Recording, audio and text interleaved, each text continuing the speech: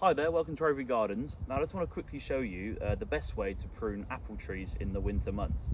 Now winter pruning for apple trees is from December kind of into mid to late February, which is where we are now. So we're at the back end of when the best time to be doing apple tree pruning is at this time of year. There are two ways to cut apple trees. You can prune them in the summer, which I'll show you in a separate video. That's a kind of a different technique. Or, as I've said, in the winter, which is when we're going to be doing this apple tree right now. Now, people get quite nervous about pruning apple trees as it can be seen to be quite dramatic and quite scary. You think you might kill the tree, but these are really resilient trees. They're really happy to be pruned at this time of year, and in fact they will thrive if you do it properly. The whole principle of pruning in the winter time is kind of two or threefold really. The main reason is the tree is dormant, and so any kind of cuts you do now won't harm the tree, and also you get to see the structure of the tree. So the leaves are off, and so you can see all the limbs, you can see where the branches go, and you can kind of see roughly what kind of shape you want your tree to be in. Now, this is quite an old apple tree. This is probably 50 or 60 years old, so you can see it's all knobbly and gnarled. It's got some lovely lichen on the tree here. So it has been pruned in the past, but it needs to be thinned out a little bit. The whole principle really is to make sure that the tree is nice and open. They kind of say that you should be able to fly a pigeon through the tree at all angles, so you can kind of imagine just how much branches need to be removed from this tree. It's recommended that you don't remove more than 1/3 of the tree at any one time when you prune. That kind of just maximises the health of the tree, but because this tree is kind of in such need of rejuvenation, that rule can kind of be bent around a little bit. But if you do prune it really heavily, you tend to get what we call water shoots. I've got one here. This is from last year. So when you prune the old wood, particularly at the top, it will stimulate regrowth in the summer, which is what these shoots are. They're unproductive, they take a lot of energy from the tree and will minimise the fruiting and flowering capacity of the tree. Now you can deal with these in the summer, which again I'll show you in a separate video, but you can break the cycle. A lot of people just kind of top the tree, so the tree will grow, lots of these. In the winter, people will cut them back, but then the cycle will continue.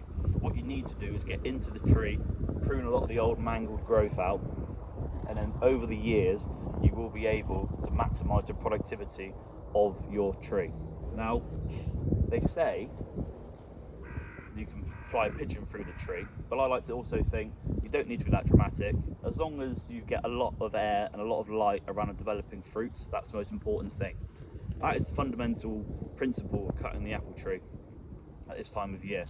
It's to enable light and air to get into the tree to maximise the fruiting and the ripening capacity of the apples.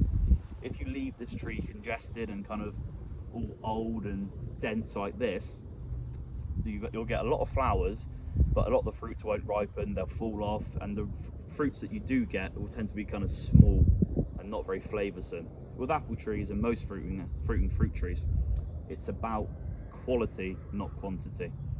Now this pruning technique can also be used for pears, so pear trees are very similar in their pruning methods, winter pruning and summer pruning. But things like plums and cherries, you want to save that for the summer or kind of late spring. If you prune plums and cherries in the winter, they can get a fungal disease, so it's best to leave those alone. Again, I'll show those in a separate video. Now, as I said, the principle of pruning the apple tree at this time of year is to open it out to let more light, more air in, which will maximise its fruiting capacity next year. First thing you need, nice sharp pruning saw. You want to make sure you leave clean cuts. If you kind of hack around it, it will disinfect the tree, and you'll get a lot of, again, these water shoots which respond, they grow after heavy, often poor practice pruning. So this tree here has got a lot of crossing branches. Now we want to get rid of those, because if you have branches rubbing on one another, it can disease the plant and stop fruits from developing. So looking at this tree here, there's a lot of branches to prune, but I'm going to choose, I don't know if you can see it, but this branch here is coming underneath this strong limb here. So with my pruning saw, I'm going to come in and cut, not totally to the bottom limb, but just leave a slight kind of bit of wood above, so that's got the chance to heal. So I'm just going to gently prune that. Making sure I'm supporting the branch so it doesn't drop off and rip. So that should come off, and you can see it's so tangled up I'm having to kind of weave it out. So I've cut that branch off, and you can see it's opened up this area of the tree. I'm just going to show you what a rubbing limb looks like. You can see it, don't you? You can see it, but this limb was rubbing on the other limb and it's kind of worn away and gone black.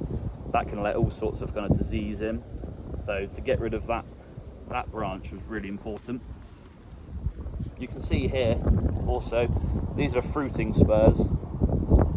These kind of knobbly bits of the growth here, that's what will carry the fruit and flowers next year. And you can see it's so congested. It's rubbing and you get these thin little branches here which won't be productive. So that limb's gone, and you can see kind of these wispy bits as well. Again, these are a lot of fruiting spurs. This is what you're trying to encourage. And so some of these are rubbing and crossing, so I can just remove them. And as I said, the principle you're looking for is nice gaps in amongst the branches. Don't worry about being too ruthless, because it will respond well, and as I said, in the summer you can tidy it up once the regrowth starts, but you can see the difference already just in this little section here where there's more light, more air, and this will produce a nice clump of apples. So that's the general principle. So we need a pruning saw, press secateurs, maybe some loppers. Get in there, focus on getting a nice open tree so air and light can get in. Make sure you can see through the tree. Anything rubbing or crossing, remove those. And just fundamentally prune a branch, take a step back, look at the shape of the tree, and as I said, try and maximise the fruiting capacity of your apple tree by pruning in the winter months. It's quite laborious, it is time consuming, but really worth it. If you like your apples, it's a really good time of year to get out there and prune them. I'll show you in the summer months a slightly different technique to prune apples as well. And also you want to thin out apples in the summer. So a lot of people think loads of fruit, loads of flower, but there are kind of ways to maximise your yield. So I'm now going to carry on pruning this apple tree, and I'll show you the results at the end.